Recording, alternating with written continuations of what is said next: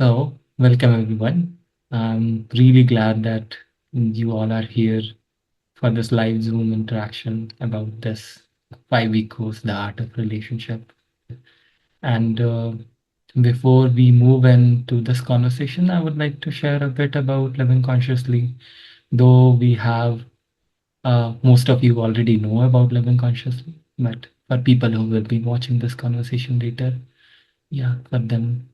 Um, Living Consciously is a nonprofit dedicated to bringing healing to everyone. We aim to create a conscious community and lead a movement for humanity to thrive and live fulfilling lives. Through our programs, we share knowledge and tools for accessing one's authentic self. We provide emotional health care and opportunities for spiritual and personal growth, fostering authentic connections and exploring what it means to be fully human. Joining today, we have Pooja, uh, one of the most beautiful guides we have in Living Consciously. I'll just give a very small introduction to Pooja and then we'll go directly into the conversation. Um, Pooja brings over 25 years of experience integrating ancient wisdom practices, including the chakra systems and Vipassana meditation with the neuroscience of trauma and attachment. As an IFS practitioner, training in expressive arts approaches, she creates spaces where healing unfolds through the body, creative expression, and relational connection. Pooja's work is both playful and profound, inviting participants to meet their paths with curiosity and their patterns with compassion, centering the body as the primary site for both wounding and healing. She holds space with reverence for both inner work and collective healing, creating containers for deep change. Through this integrative approach, participants discover their innate capacity for wholeness and authentic relating. This is about Pooja. I welcome you, Pooja, for this conversation. Thanks for joining today. Thank you, Pranav. Thank you, Shalu. And thank you, everyone who joined. Uh, I'm happy to be sharing this time and space with all of you. And I Mm. hope it is worth your while and meaningful for you in ways that you had not anticipated. Hmm. Okay. I'll take a breath. Take a breath and thank you for that beautiful introduction. Yeah, it's Mm, always a joy to have you for a conversation, for our sessions, for just catching up. Um, mm, yeah. Mm. I was just talking to a friend, and I just shared that Pooja is uh, one of the guides that I have felt safest with. So, yeah, let's start our conversation from there. sure. I'll share the first question. Okay. Um, so you have been in the healing field for many years, almost 25 years plus of experience. Um, why did relationships become such a central focus for us, for you? Was there a moment of realization when you saw that healing is not just individual but deeply relational? Oh, totally. Yes. I've been in healing for as long as I remember myself, even when I was in college, primarily for myself. And I traversed through a wide variety of healing modalities, thinking this is going to be the one that will change everything. Now I found this energy healing, this chakra system, this. And I did hop from one modality to another, like many of us do, for a very long time. In the meantime, I was learning new things. I was getting a chance to practice with others, and I was getting wonderful results. But my own deep longing, and I was still, I would say, not fully healed. I mean, there's no such thing as fully healed, but enough healed enough so I can enjoy my life. I can enjoy my day-to-day experience, and I some part of learning continues for life. At the same time, when we are in a space to be able to use it, integrate it in a meaningful way, that's, I feel, is a good place to be. And I feel that working on relational challenges brought me to that place, because this is quite deep, and it goes back to early attachment issues. I realized that healing doesn't happen in isolation. All these years I was trying to fix myself all by myself. And with IFS, I realized that fixing doesn't, I had realized before also, but fixing doesn't work. But this was an approach that made me, oh, we don't need to fix. We just need to understand what's happening, what happened, and what's happening. And mostly we will understand how parts work and how our parts get shaped in the early relational environments, and how that affects us for the rest of our lives. So there were a lot of places where there is a lot of places where we just can't do things by ourselves anymore. it's it's also a part of my own unwillingness to seek support was because of my own mistrust, or not being able to trust if somebody else, I can rely totally on somebody else, or I can trust, or I would be safe with another human person. So yes, relationships were central to my journey. Like relational wounds were central to my journey, and relational healing is central to my healing work. Now what I offer as well.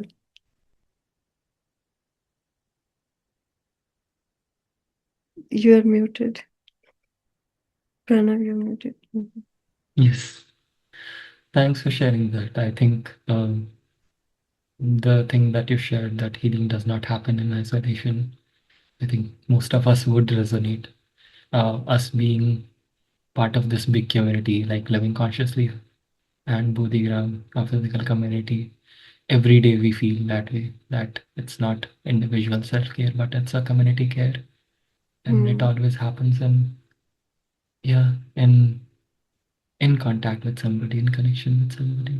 Yeah.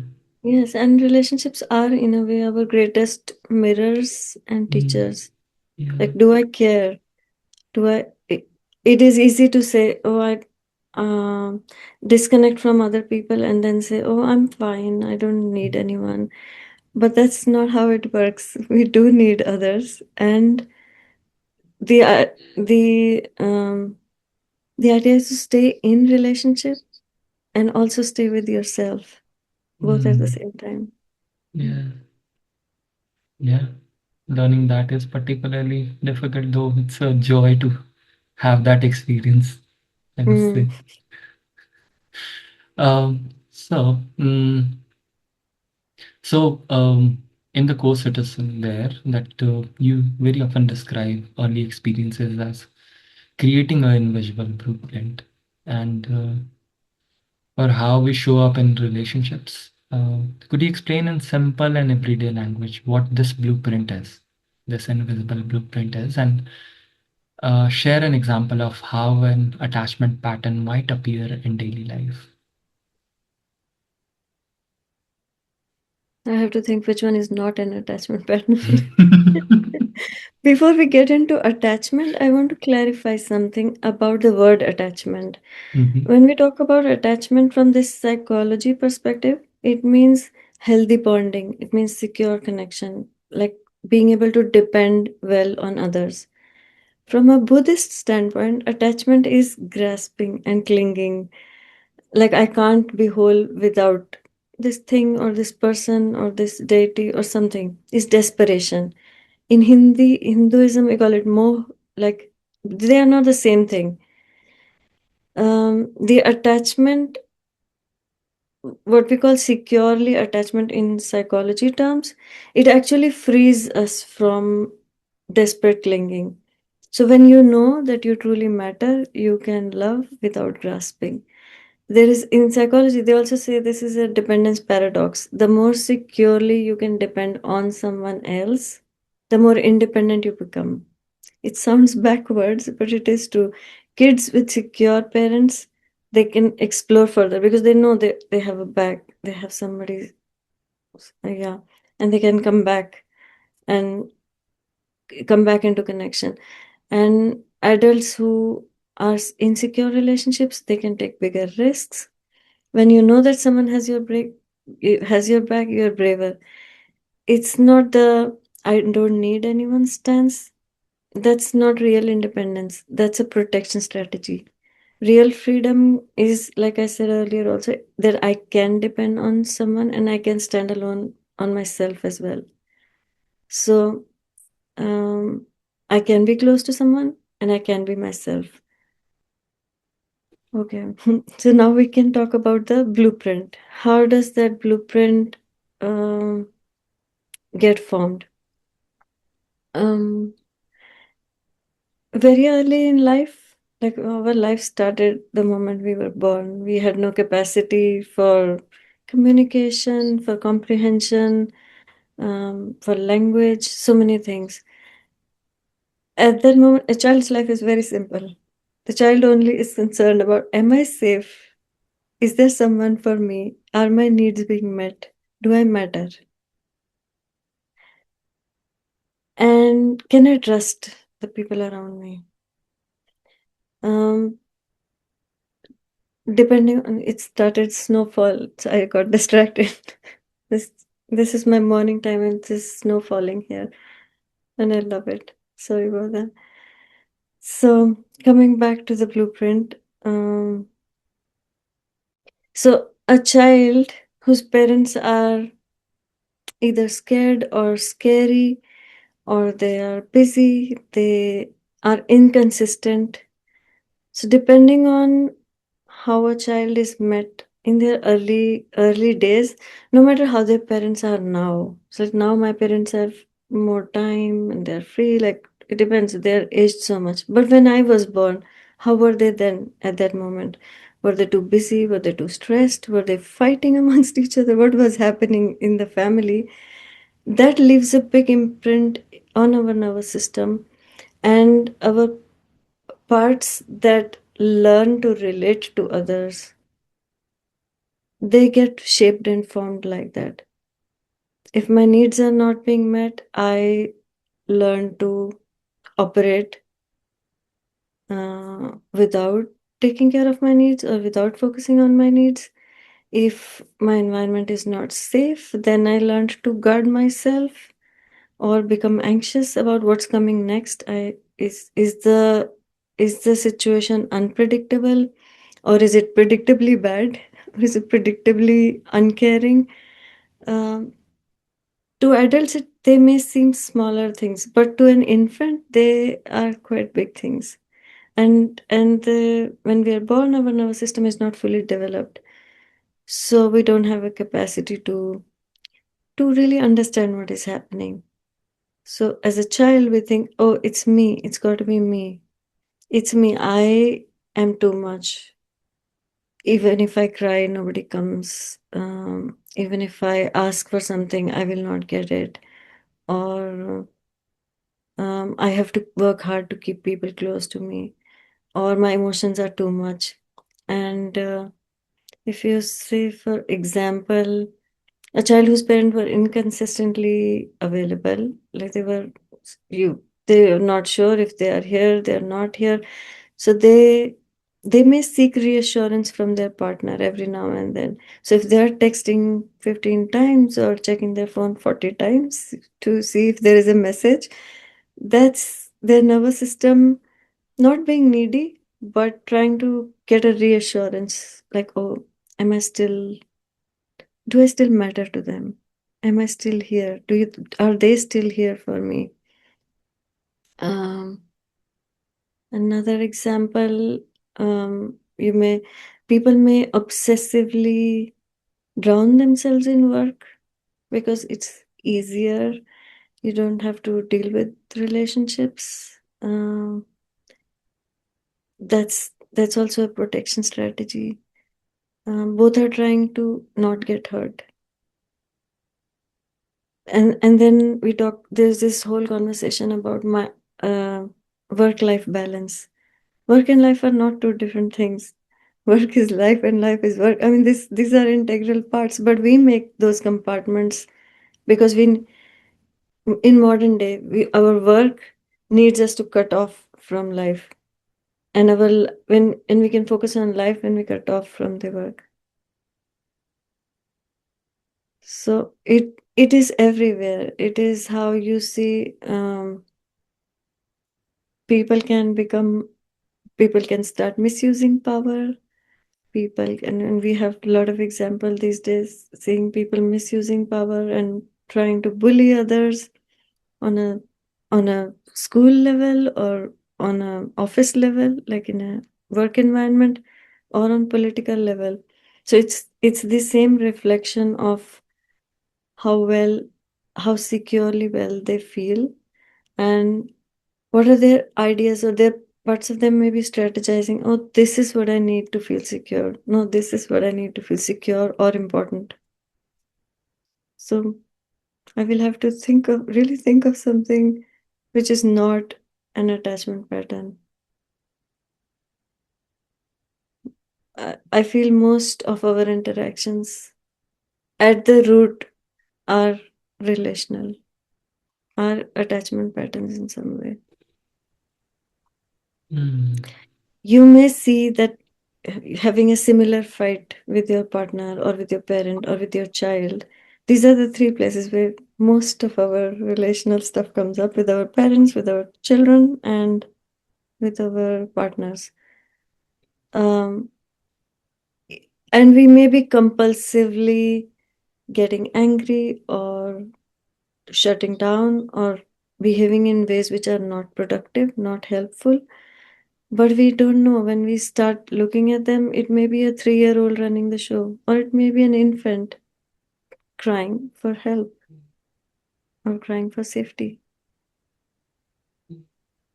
Uh, did I answer your question, or was there any part I did not? You did, I and did. Okay. you also answered the next one already. Yeah. Okay. No, yeah, I was just about to bring parts into it, and you already Mm-hmm. spoke about us having parts. Like, though it seems Mm-hmm. like an adult it's being aggressive, but it may be just a 3-year old who couldn't feel safe then, and they are just trying to bring back that safety by just being aggressive. So, yeah, thanks for sharing that. Makes a lot of sense. No. Um, Maybe there are a lot of people who are not familiar with IFS. For people who are not Mm, familiar, I'll just yeah. say in a couple sentences that IFS is a kind, gentle, and respectful approach to working with your own inner parts. When I say parts, it could be a thought, a feeling, or a behavior that we feel we may need to change or fix, or we need to get rid of. But they are when we experience something difficult, we cannot, and there is no resolution to it at the moment. It is not possible for us to continue with our day to day functioning. So, our psyche, in a very protective sense, splits off that part, that distress. It's like a fragmentation, it's like fragments it into a silo and continues with our day to day life. But these parts, unless we connect with them and meet them and understand them, they continue to operate in their own worldview, in their own approach, in their own ideas about life. So parts of us that so attachment parts are the parts that get split off in very, very early age. We may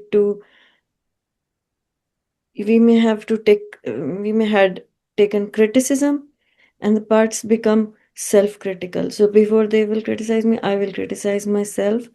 So it's a way of safeguarding. Or Parts could also be appeasing others. So, in order to keep myself safe, I have to make sure that they are not upset at me, they are not mad at me, and these parts. So that's why this. It's a people pleasing is a big thing, and we should not be judging others or not be critical of ourselves. But these are not the things that we can change by changing our behavior or forcing our will on it.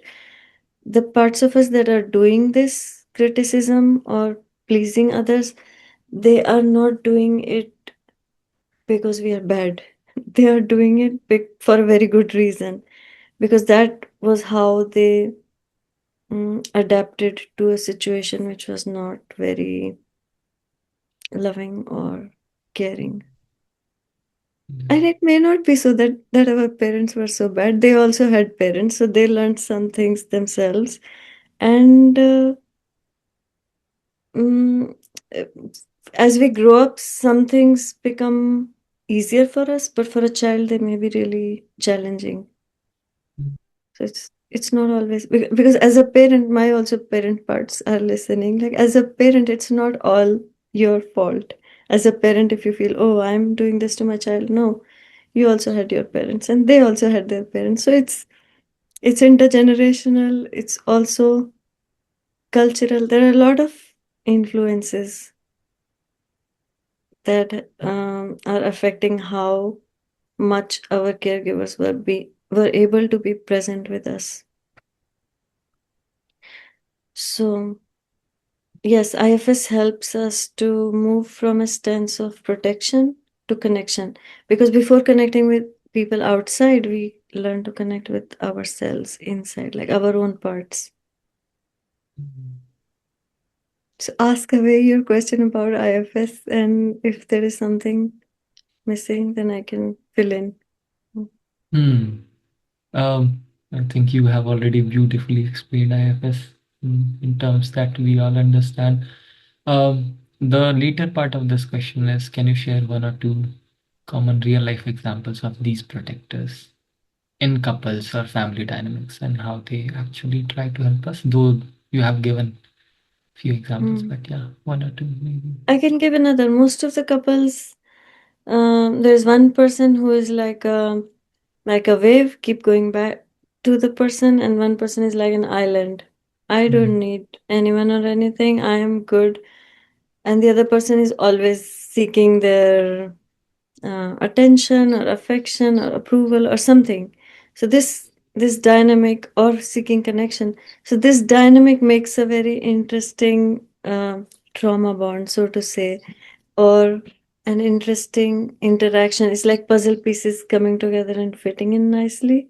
So one person needs space, the other person needs connection, needs closeness. So one person mm, learned to cope their childhood by creating distance from people, and one person learned to cope their childhood by keep running after them. So that's a very common dynamics. Maybe if we can have a show of hands or something from participants, if you recognize this in your own relationship, in your people around you. Yes, I see a few hands. Like this is the most common pattern that you see in couples, being one person being there are several names, but one person being like a wave, like I keep coming back to this person, and one person is like an island. mm. Beautiful example. We have an island. I've heard And the of this thing for the is, first time. Yeah. and the thing is, whether you learned to cope this way or this way, they both are protective strategies. Like a child, whether a child conforms to what parents are asking or rebels, in both cases the child is a child. Mm, They're not using their own. Mm, they're not using their own discernment. So one is in alignment with what is being asked of me, and one is in opposition. They're both protective. mm. Yeah. And these parts are not trying to ruin the relationship, although in long term it does not end up well, because in the long term, um, we are not met. Both are not met. One person may feel engulfed and is like other is too clingy or needy, and the other person may feel, oh, you're too aloof or isolated or distant or cold. But both are not met. So in long term, it's detrimental. Mm. Thanks for sharing that. Mm. Yeah, I can see hints of it in my own life. Hmm. Mm. You already spoke about feelings, sensations, and part being feelings and sensations, and let's go towards the mix of things that you bring when you create spaces. You very often integrate body awareness and expressive arts, movement, drawing, voice, creative expression. Um, and why is it so important that this work happens through the body and creativity and not only through talking and insights, especially when our nervous system is triggered? Mm. Maybe you've heard about this book called Body Keeps the Score. Mhm. And so trauma is held in the body, and so is divinity. Divinity is also in the body.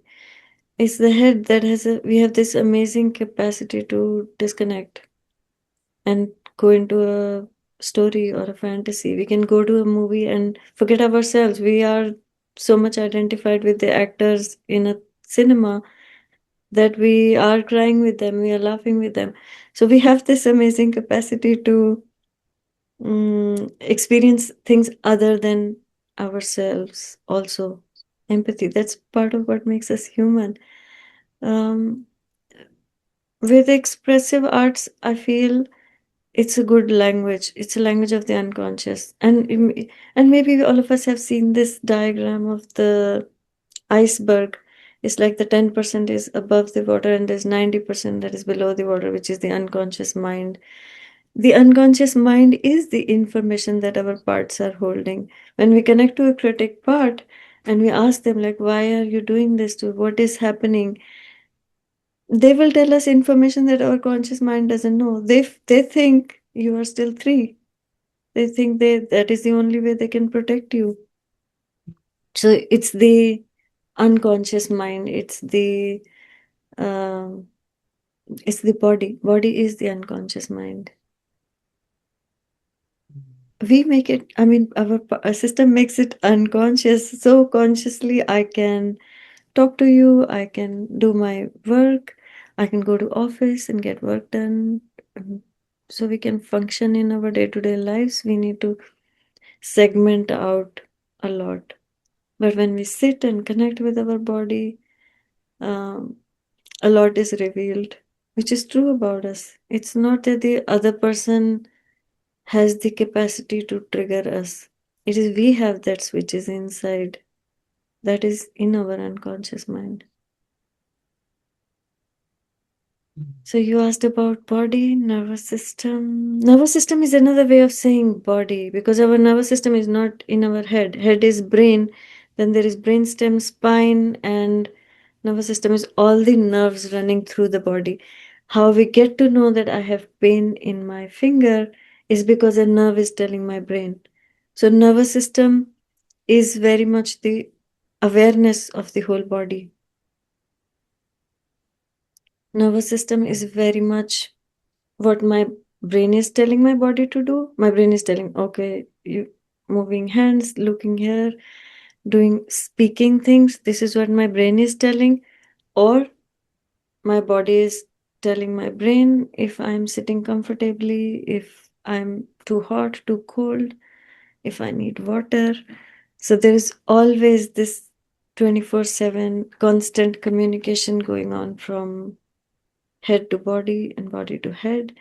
And this is also the function, so to say, in spiritual terms, that we are aware of ourselves. We know that I am a person, I am in this place, I am interacting with you.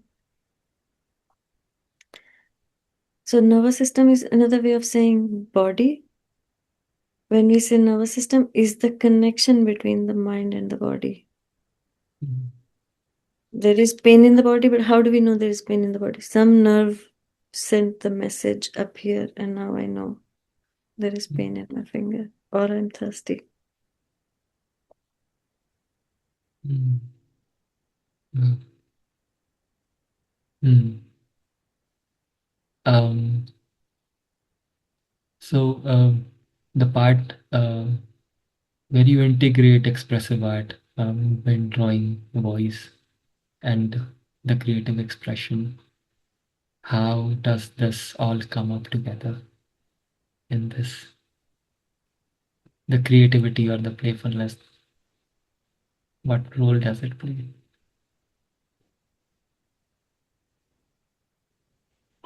Um, this is this is my most recent discovery that no matter how much we try to create something outside of ourselves, we just cannot. We are ourselves, and what we create is.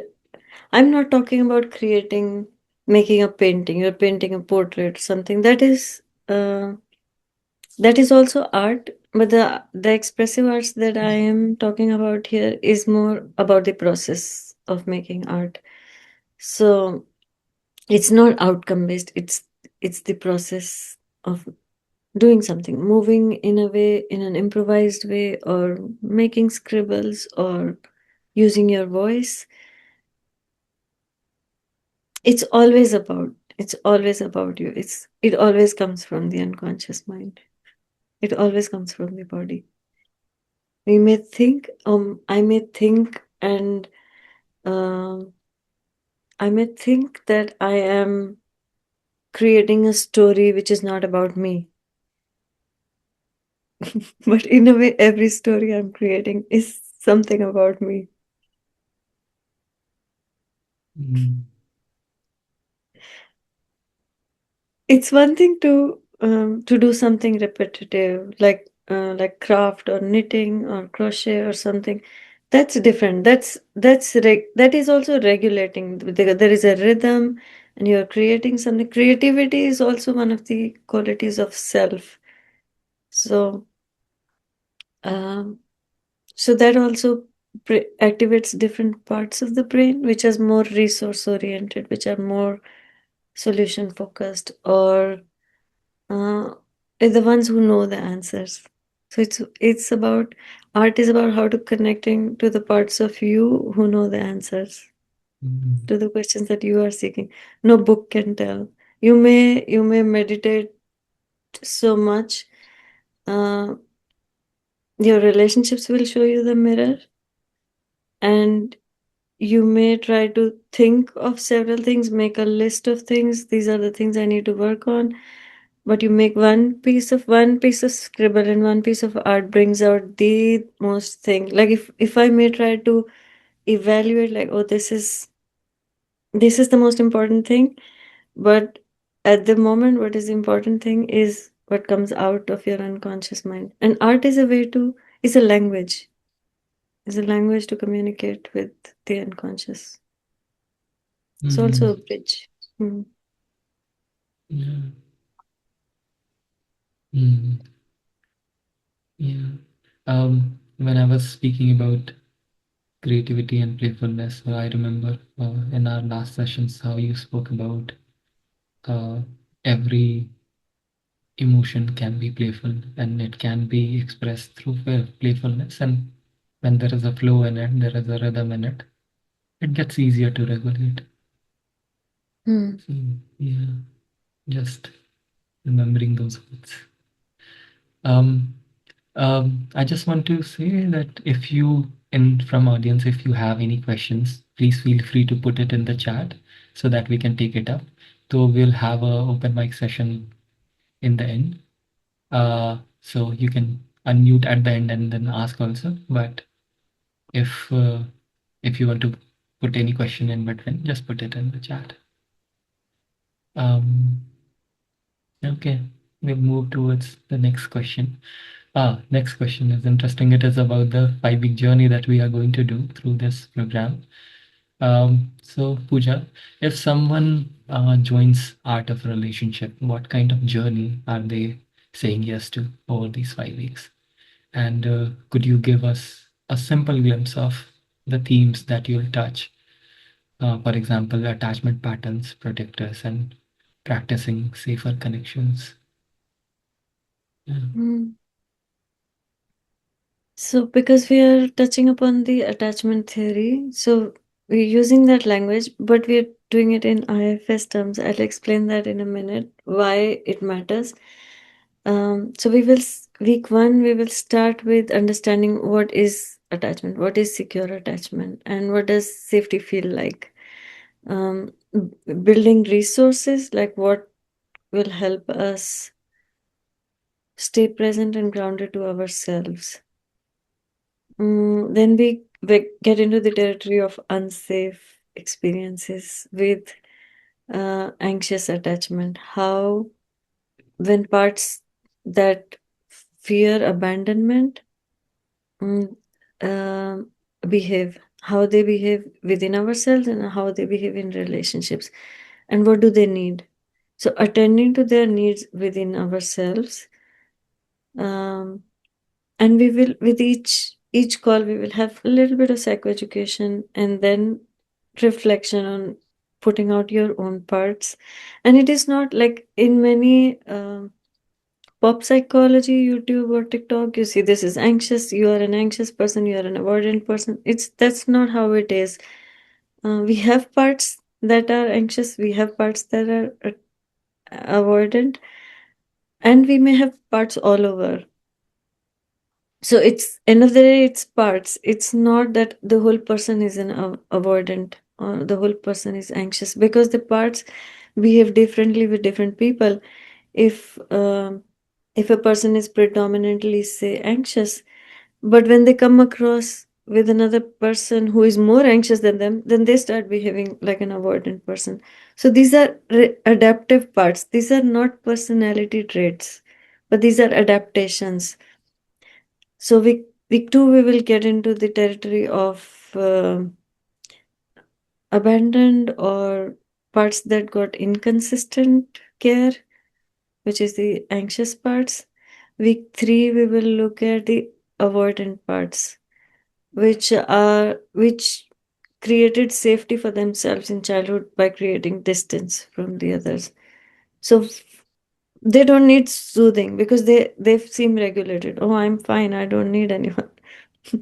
But I don't need anyone is not the solution. That is a part of the problem. So we will connect with the needs underneath.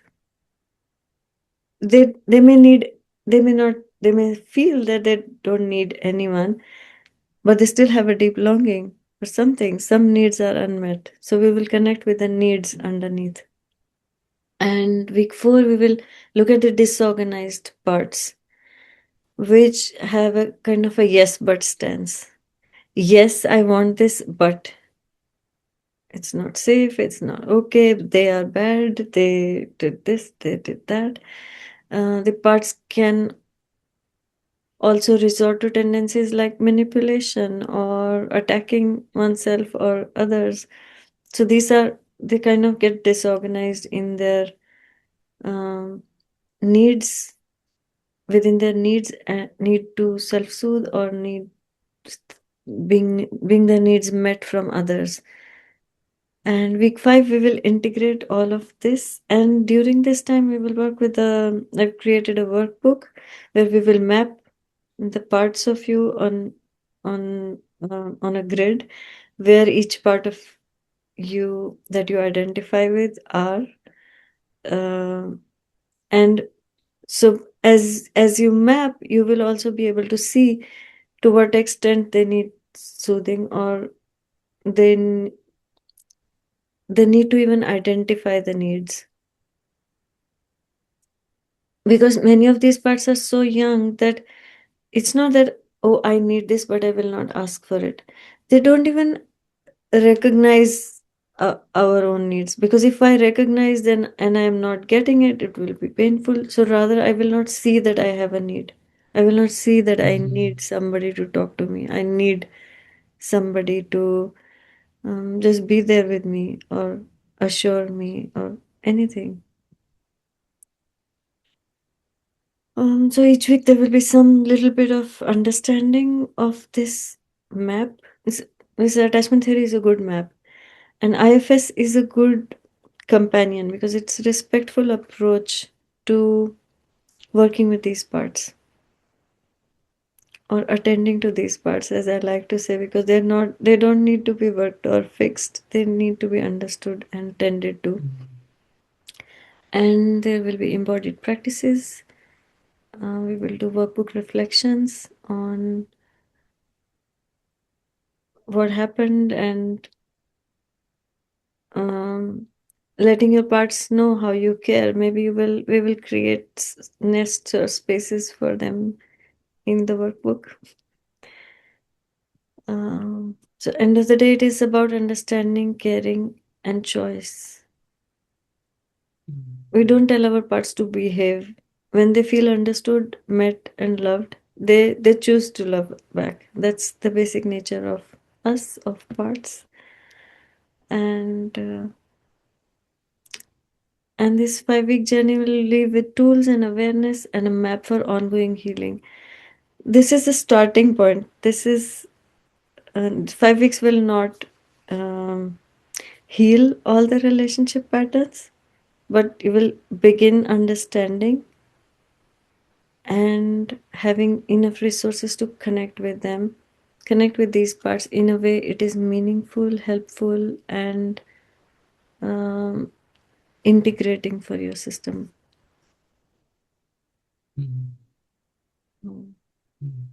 Thanks for sharing that. Though I have read the content, but hearing it from you, it sounds very interesting, and I'm very much excited to explore it.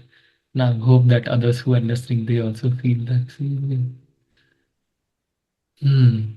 Um, we are almost at the end of the questionnaire, but this is again an important one.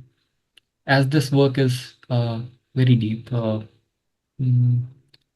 in your experience, who is this program especially supportive for right now, and who might first need a different kind of support?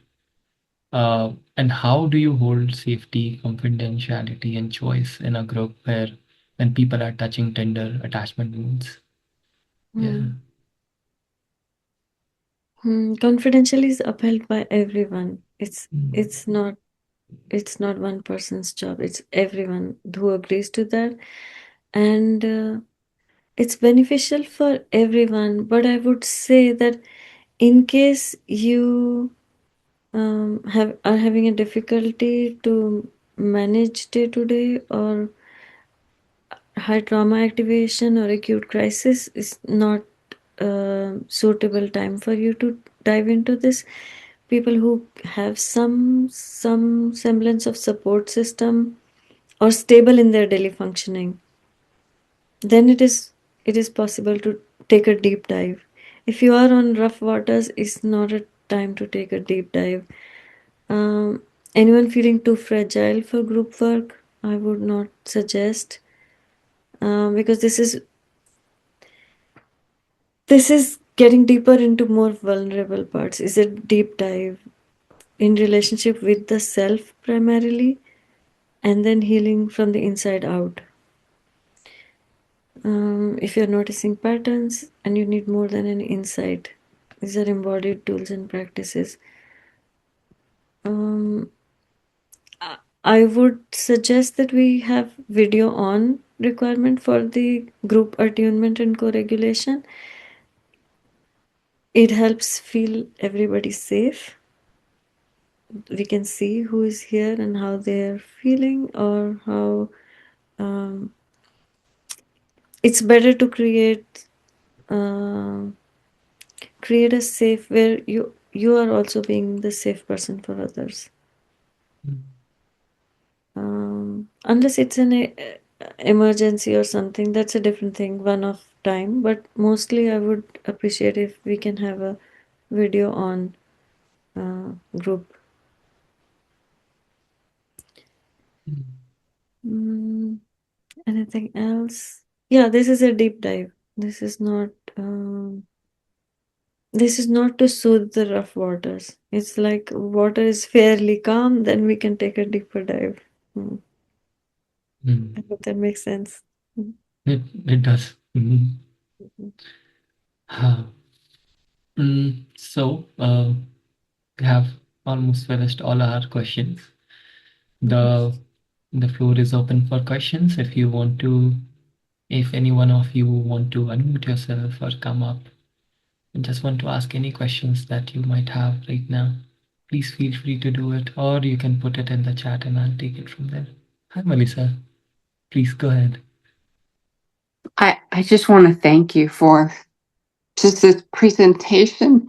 And the minute I heard you both talking, I could feel myself cry because it is so gentle. And there's such a big part of me that needs to come home to that frightened child that didn't get this core safety. So right now, I just feel like you started my morning off, and it's 6 something in the morning here in California.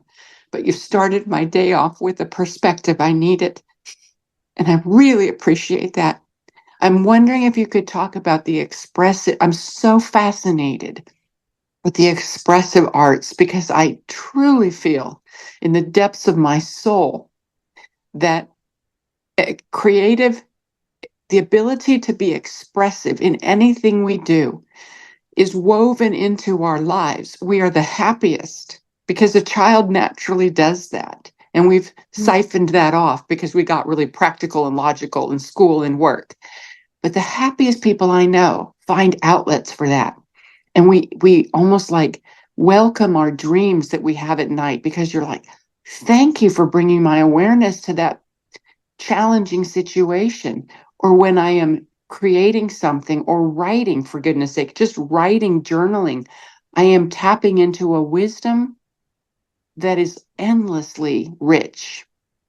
So the fact that you're incorporating this gentle approach of IFS plus expressive arts is like the lottery to me. I'm hitting the lottery. And by the way, I want to say I've got a bias of love toward the Indian culture because going to India when I was 21 changed my life.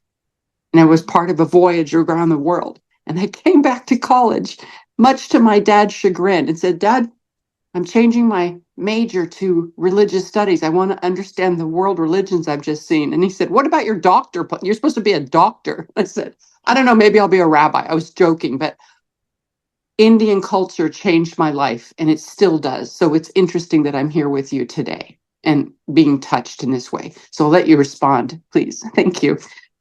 Thank you, Melissa. You answered your own question. Yes, expressive arts is just amazing. Like when I started my journey with expressive arts, I remember one time I did not fully believe like art responds. Like we do make art and we talk to it, like really like another person or a part. And I remember the first time it hit me, I was I was not able to articulate what is happening with me. I couldn't articulate what was happening to me. I was just upset. And I came and I made a big angry scribble, filled in 2, 3 colors here and there. And I put it in front of me and I said, talk to me. it was it was as mm, it was really um really that was the expression I had at that moment. Like just talk to me.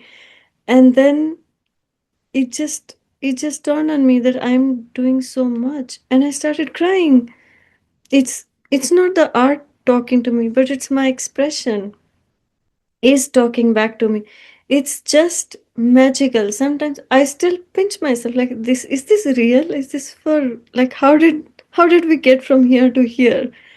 It is that jump that we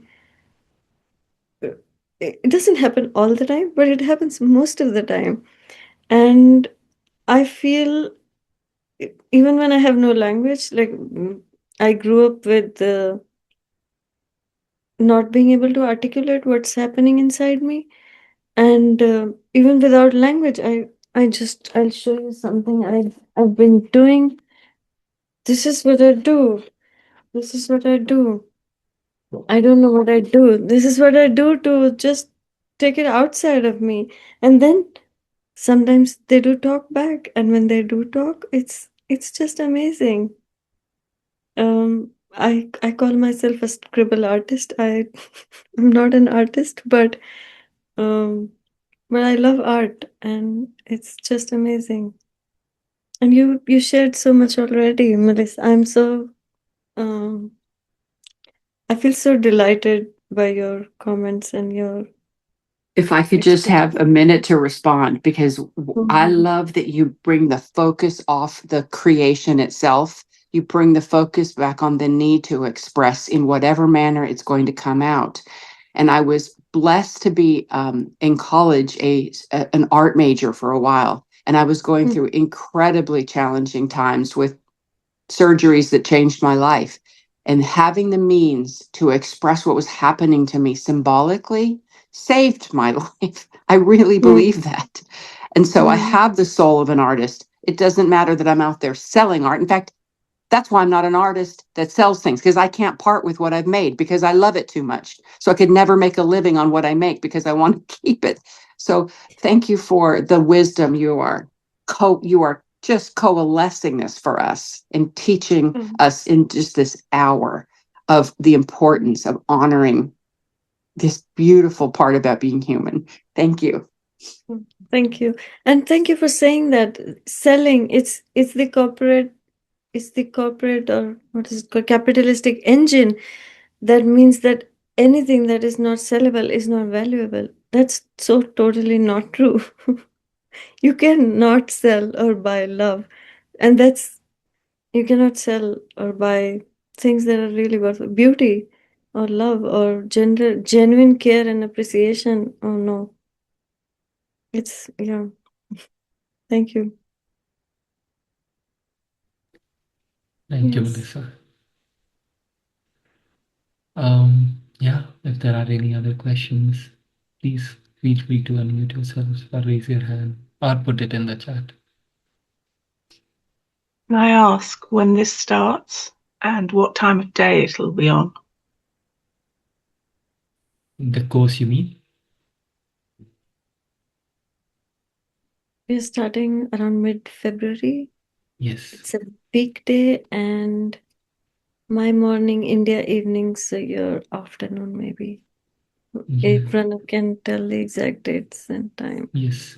So it's starting on February 18th, and the Indian time will be 7:30 p.m. The EST timing will be 9 a.m. It will be on every Wednesday for continuously for 5 weeks. So, and sharing the link in the chat so that you can The also last have a 2 look. weeks' time will be a little different for Yeah. people in India. Yeah. But Europe changes daylight towards end of March, I think. So we're good with. For Europe, it'll be the same time. Yes. For India, it is 1 hour earlier, so it will be 6:30 for last 2 weeks. For last 2 weeks. Yeah, 6:30 p.m. Thank you, Karen. Yeah. Any other questions if you have? If not, I will request Pooja to do a very small practice maybe. Oh, Rupinder has a question. Go on. No, I'm actually just apologizing. I'm sorry. I just got caught up with something and I couldn't join. Will there be a recording of this available so I can just listen in later? I don't want to disturb the group now. Yes, we are recording this session and we'll share it with you. Yes. Yeah, perfect. Thank you. Thank you. Thank you. There is a question in the chat. Sneha is asking how an island and a wave nature humans in relation can turn detrimental outcome to beautiful sustainable relation. Is there any way out? If it is beautiful, sustainable, then it's fine. Because of our early childhood patterns, they feel more familiar to us. So initially, it may feel like we fit in very well, but over a long period of time, it feels, but my needs are not being met. So either one of the person is not happy, if not both of them. Maybe a disconnect and discontent for both of them, but at least it may be bigger for one person. Your question has a contradiction. If it is beautiful, sustainable, then it's not. Then there has to be a reciprocity. It has to be reciprocal, and and attentive to others' needs as well, the other person's needs. Yeah. And way out is to recognize your own attachment patterns and attend to them, and recognize their attachment patterns and respond to them accordingly.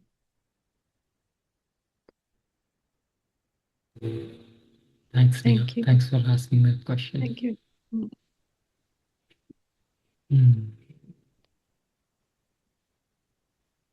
Oh, one more question we have. Bhavya is asking, does a need to have a deeper connection with people around always come with embracing their good as well as the bad? Is there a way to balance it? It does come with embracing their good as well as bad, not at your own cost. And when you say, is there a way to balance it? Generally, when we work on our own attachment patterns, our own window of tolerance expands. So we are not bothered as much by little small things. You have more tolerance, and we also have more understanding,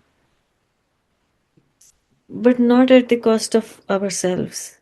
It's not that I understand you, your trauma, and your background and your upbringing, but if my needs are being unmet, then it's not balanced. So balance comes with first learning to attend to your own needs, and then being able to ask for them in a relationship. And when there is a good healthy relationship going on inside, then outside relationships do change several times. And sometimes if the other person is too rigid or not wanting to move up to the um, rise up to the occasion, sometimes relationships fall apart as well. So it's not always that everything gets healed in a way we think it should get healed.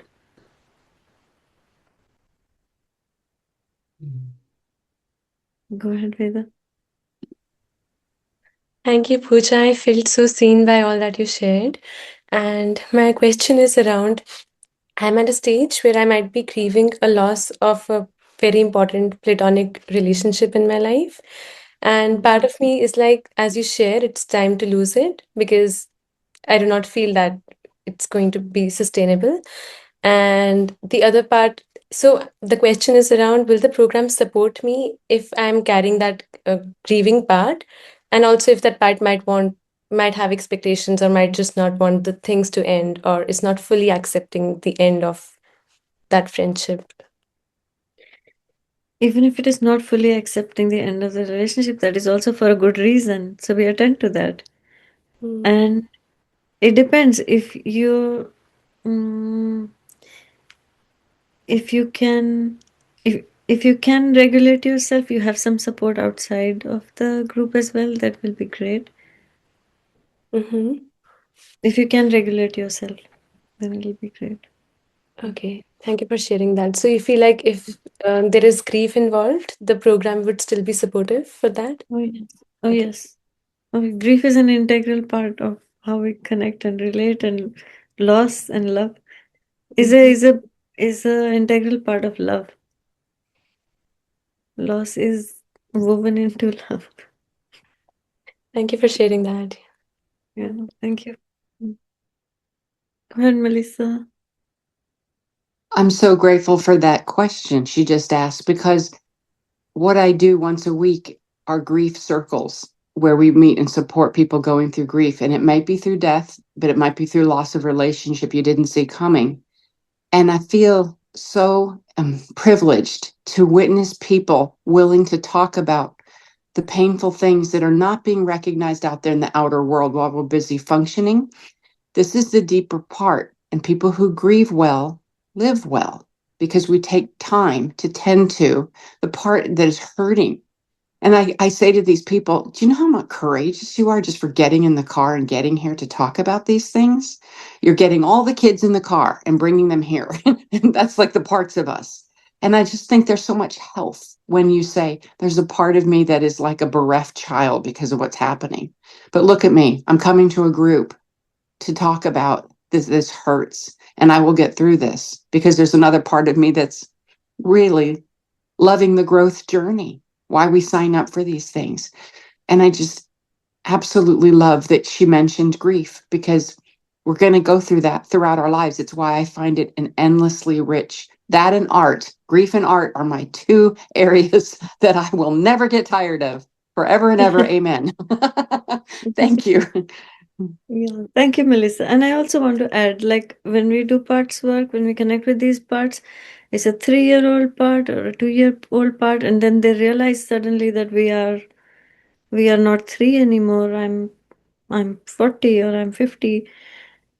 They do experience a lot of grief, like, oh, it's like a loss of time or loss of youth, loss of relationship, loss of opportunity. There is a lot of grief that we hold without calling it grief or without knowing. There's a lot of disenfranchised grief as well. Grief is always comes along.